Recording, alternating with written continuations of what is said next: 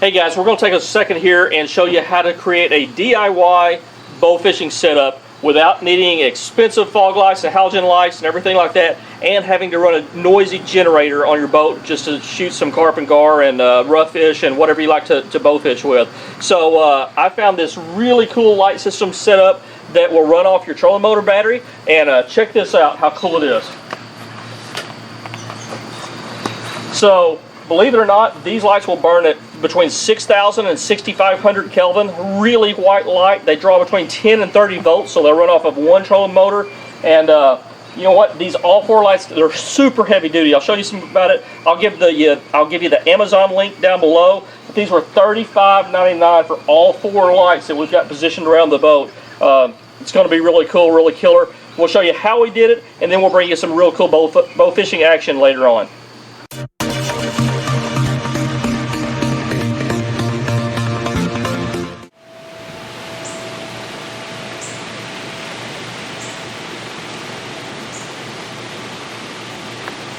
Okay guys, so let's go over all the ingredients of this project, what it takes to put it together. You're going to be amazed at how simple this was. Like I said, I didn't want a big generator being noisy that we had to talk over, especially on a small boat. We don't go bow fishing a lot. This is just something we kind of do on the side for fun. So this was something I wanted to keep kind of minimal. You know, I didn't want halogen lights all over this boat. I would have needed to buy another $10,000 boat.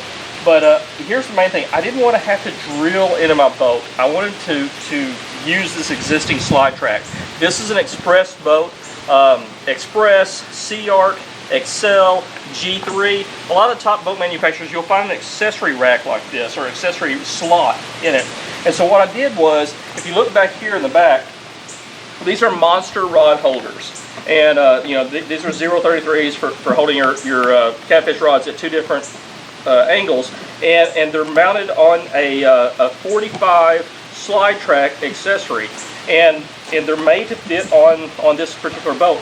But what I learned is that boat manufacturers give you this rail, this accessory slot rail, but they don't give you a way to access it. So what a lot of people do is they take a boat like this and they grind off the sides to make it a T-boat, so you can stick it in there. But then you got to make sure it's turned correctly to catch. I wanted the whole boat to catch, so what I did was I used, this is a rotary rasp tool, and this rotary rasp tool, you can buy it from Lowe's. It was $4.58, I believe. We'll give you the link to this actual product here, but I went out to the Lowe's for $4.58, picked it up, and right here at the end of the boat, I just drilled into it and gave myself access to the slot rail. Then what you can do is you can take a half-inch bolt, and you'll see that it fits it down in here, and now my boat slides back and forth in the rail, and it will not, you cannot pull that out, so you can tighten down on that rail. That's how I put these in there. So what I did was I removed these two rod holders off each side.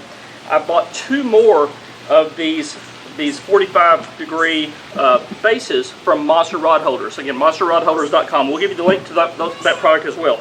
They're like $12 and I don't know, 98 cents or something like that. But I bought two of those, slid them down here, and then the nice thing about this boat has a wiring channel built into it. So all I did was I went to my local Ace Hardware.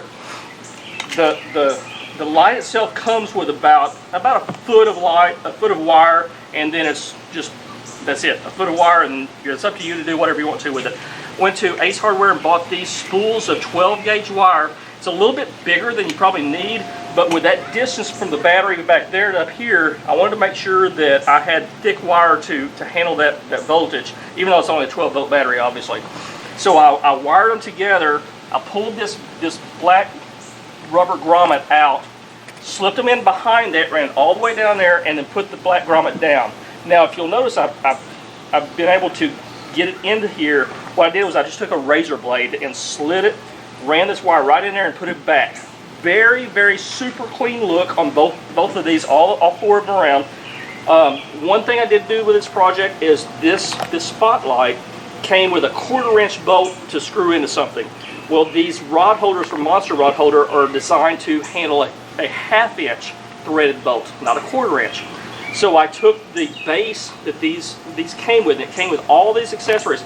I took that base, it was a 1/4-inch hole, I put a 2x4 behind it and just drilled a 1/2-inch hole. That way when I went to Ace Hardware and bought these, I bought a 1/2-inch stainless steel bolt, and that's what's going into these rod holders. Buy an extra stainless steel nut, and you can tighten it down exactly the way you want it to. So I didn't document that on video of all that, but it went that simple, guys. It's pretty simple. The only thing I didn't handle myself, I ran all the wiring back here, and then there is a factory switch right here that goes from off to nav. And Gabriel's going to focus in on it here and show you. This is a factory wired switch that came with a boat. If you put it to nav, it runs both the front navigation light and the back light here for navigating at nighttime. Then it goes off, and then you can go to anchor, and what that does is it typically just runs this back stern light. That's what your anchor switch will do. Now if you're anchored down, you've got a light, boats can see you, but the green and red light on the bow isn't lit up, typically if it's in an anchor position.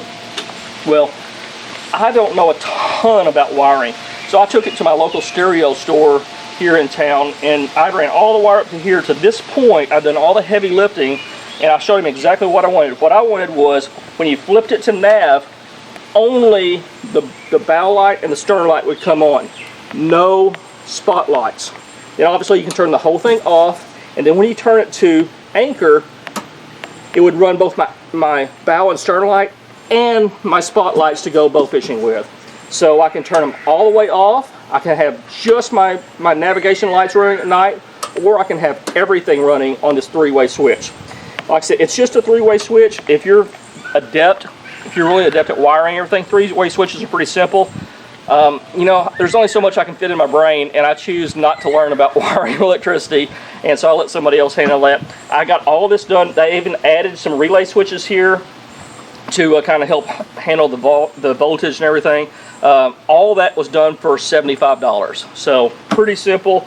Again, these lights run from 10 volt to 30 volt, so I could actually probably wire up 2 marine batteries in serial, go from a 12 volt to 24 volt system if I wanted to, make them even brighter. But they burn at 6500 Kelvin, which is really light, and they'll throw out about, if I remember right, they're about 3500 lumens, which is pretty darn bright. So let's hit the water tonight, show you exactly how bright they are. Hopefully we'll have some success sticking some fish and bring that action to you. Okay, we just got out on the water. Beautiful sunset out here in southeast Missouri. And we're gonna, Gabe's checking out the new Humminbird Solix 5 fish finder we added. And we'll flip on the lights and see what she does. That's pretty nice. Like that, buddy? Yeah, that's pretty nice. That lights up the water. Cool beans. We'll go ahead and deploy the trolling motor, and we'll start using that since we just cut the outboard off. What do you guys think of the lights? They're awesome. Very nice. Very Appreciate nice. them a lot. Yeah, you got so much adjustability. We thought we weren't going to be able to angle it down enough, but we have plenty more than we need. Yeah, we actually had to, this is the second night we're out on the river. We actually had to come back home and adjust them out, didn't we? Yeah, we did. And we'll still have to probably tinker with over there next time we go out, but there's plenty of adjustability up and down where we can get what we need.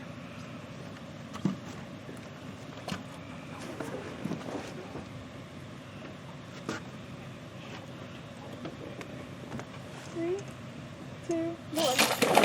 I think I got him. I think I did too. No, I Nope, didn't. you didn't get him. I got him. Oh, somebody pulled him over the log. No, I got him. That was an Asian carp. There was another carp. There was another carp.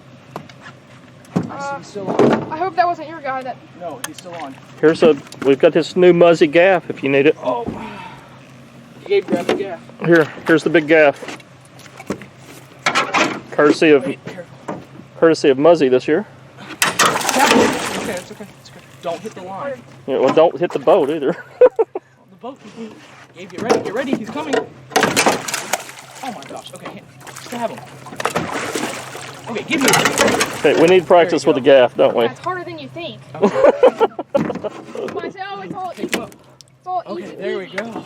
I guarantee you that is harder than you think. But when you sit, the first time I understand, but whew, he was just sitting there, just floating. Oh. So, Well, let's look at him here. Okay. awesome shot. Yeah, great shot, buddy. Nice. All the way through, good. Yep. It's a nice big carp. That's a nice big carp. You know what he will be? Catfish bait. He will be nice catfish bait There we go. out of the big boat tomorrow. Good job, buddy. Boat fishing is awesome, and I love it. But the bugs are killer. I'll put on more bugs for